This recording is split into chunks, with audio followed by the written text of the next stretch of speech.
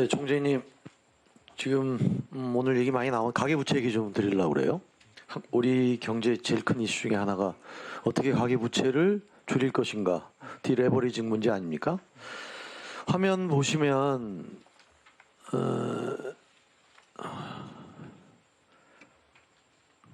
네, 얘기 중에 뜰 것 같아요. 우리나라 지금 가계부채 비율이 스위스, 호주 이런 나라들 제외하면 비율이 가장 높잖아요. 그리고 2008년 금융위기 이후에 가계부채 비율이 하락하지 않은 몇 안 되는 나라다, 그렇게 지적되고 있는데요. 다음 표 보시면 주요 가계부채 비율인데 미국이나 다른 선진국들은 2008년 금융위기 이후에 큰 폭의 디레버리징이 있었단 말이죠. 그런데 우리는 2007년에 69%에서 2019년 95%까지 거의 한 번도 이렇게 부채가 줄어들지 않고 꾸준히 상승했다, 그런 거란 말이에요.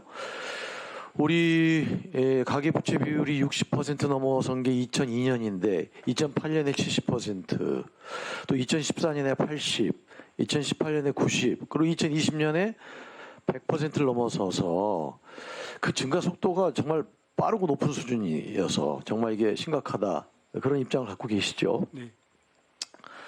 우리나라 가계부채 비율이 선진국 평균 73.4%보다도 30%포인트 높고 신흥국 평균의 48.4% 두 배를 상회한 수준입니다. 총재께서는 이 가계부채 비율이 경제성장이나 금융안정에 미치는 부정적 영향이 확대되는 임계치를 몇 % 정도로 보고 계십니까? 국제 비교를 통해서 저희 연구원들이 밝힌 자료는 80% 정도부터 차이가 나는 것으로 나와 있습니다. 네네. 그렇게 말씀을 하셨기 때문에 GDP 대비 가계부채 비율이 100% 밑으로 어떻게든 떨어지게 하고 중장기적으로는 80% 밑으로 천천히 내려가는 것이 정책 1순위다, 이렇게 얘기하셨죠. 네. 이거 다 성장이나 금융 안정에 미치는 가계부채 부정적 영향을 염두에 두고 얘기하신 건데요. 우리 경우를 보면 작년부터 이제 이 부동산 가격이 하락하면서 디레버리징 할 수 있는 굉장히 좋은 기회였다, 이렇게 생각하는데, 그런데 고작 4% 하락하고 2분기부터 다시 상승 추세로 가고 있다, 이거 아닙니까? 상당히 우려스럽다고 보는데 어떻게 상황을 어떻게 보고 계십니까?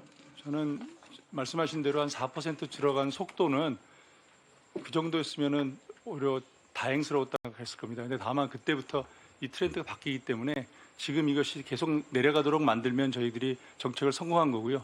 지금 얼마나 다시 올라갈지는 지금 정책을 통해서 한번 봐야 될 것 같습니다. 지금 판단하기보다는 8, 9월, 6월 달에 9월 달이 좀 줄었고 그랬으니까 10월, 11월 이 트렌드가 어떻게 되는지 보고, 지금 고 의원님 말씀하신 대로 이게 트렌드가 계속 커져가지고 더 GDP 대비로 커진다 그러면 저희들이 너무 화난 거고요. 네네. 무슨 말씀인지 알고요. 그래서 그 원인을 좀 천천히 얘기하고자 하는 건데요. 과거 고성장 기조에서도 이게 가계부채 비율 관리가 어려웠는데 앞으로 이제 저성장 기조로 들어가게 되는 지금과 같은 상황에서는 이게 더 어렵지 않을까, 이렇게 보고 있어요. 그래서 어찌됐든 한은이 지금보다 가계부채 관리를 더 타이트하게 해야 되는 거 아니냐, 거기엔 동의하시는 거죠. 네. 한은 보고서를 보면 가계 대출 수요 규모를 추정해 본 결과 향후 3년간 정책 대응이 없다면 가계부채가 매년 4.6%씩 증가할 것이다. 내년 하반기 미국이 통화 정책을 완화 기조로 가게 되면 우리도 따라갈 것이고 또 가계부채가 상승할 것이다. 굉장히 부정적으로 보고 있는 것도 아시죠? 한은이 어떻게 갈 거냐인데, 화면 좀 보실까요? 우리 금통위원 의사로 보면 몇 분들 우리 금통위원들 그 견해가 저렇게 이제 붉은색 밑줄로 표시되어 있는데, 이게 높은 가계부채 규모와 함께 거시 건전성 정책 방향이 통화 정책 방향과 다른 모습을 보이고 있다는 측면에서 굉장히 우려된다. 최근 주택 관련 대출 증가는 MPP 거시 건전 정책의 변화가 상당 부분 영향을 준 것으로 보인다 등등, 6분의 금통위원 중 5분이 가계부채에 심각한 우려를 나타내면서 정부의 규제 완화가 통화정책과 엇박자를 내고 있다는 이런 우려를 드러낸 거잖아요. 맞습니까? 네, 그렇습니다. 그런 불만을 나타낸 거죠. 이게 가계부채 비율을 적정 수준에서 관리하는 건 정말 중요한 일인데 이 부동산 시장은 주로 정부의 세제, 금융, 공급 정책이 결정을 하고 우리 한은은 미국과 달리 거시 건전성 감독권도 없잖아요. 그렇죠?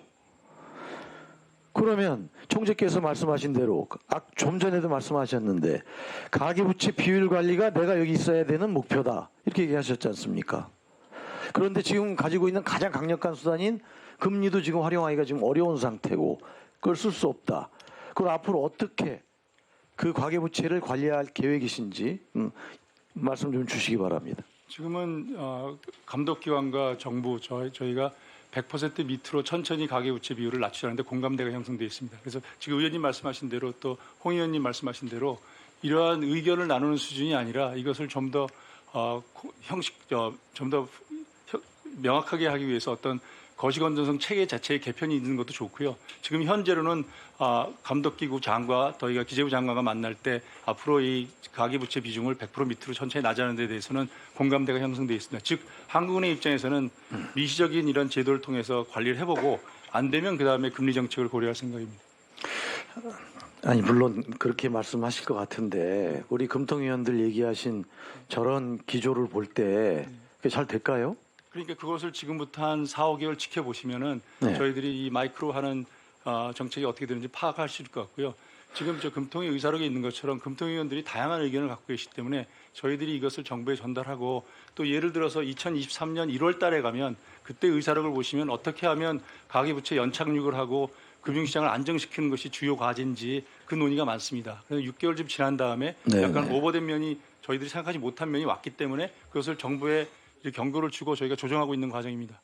네, 그래서 그런 어떤 정부의 이런 세제, 금융, 공급 정책 이런 것들에 대해서도 한은 총재께서 가계부채의 그런 위험성을 고려하셔가지고 적극적으로 의사표시를 하셔야 된다고 보고 또 이 우리나라 부동산 가계부채 거품에 대해서 시장의 경고 메시지를 뭐 내고는 계셔요. 지난번 금통회의 이후에도 메시지를 내셨는데 포워드 가이던스 외에도 이런 한은이 할 수 있는 큰 일 중에 하나가 총재의 메시지 아닙니까? 그래서 이 레버리지 투자에 대해서 지난번 경고하신 것처럼 뭐 정부에 대해서 한은의 입장을 더 적극적으로 밝히시고 시장에 대해서 우리 총재의 메시지가 끊임없이 강하게 나가야 된다 저는 그렇게 보는 거죠. 그래서 이 결국 가격 상승에 대한 기대 심리 이런 것들이 굉장히 중요하기 때문에 한국은행이 금리를 지금 활용할 수 있는 단계가 아니라면 리포터라든지 또는 언론에 던진 메시지를 통해서 미리 경고 사인을 좀 예, 그래서 금융 안전에서 그런 생각이고요. 지금 단계가 아니라 그래서 미시적으로 지금 정책을 하고 있으니까 그것을 보고 어떻게 조정되는지 보고 그다음에 물가 움직임을 보고 금리를 올릴지 내릴지 유지할지에 관해서는 금통위원들과 상의하겠습니다. 예, 수고하셨습니다.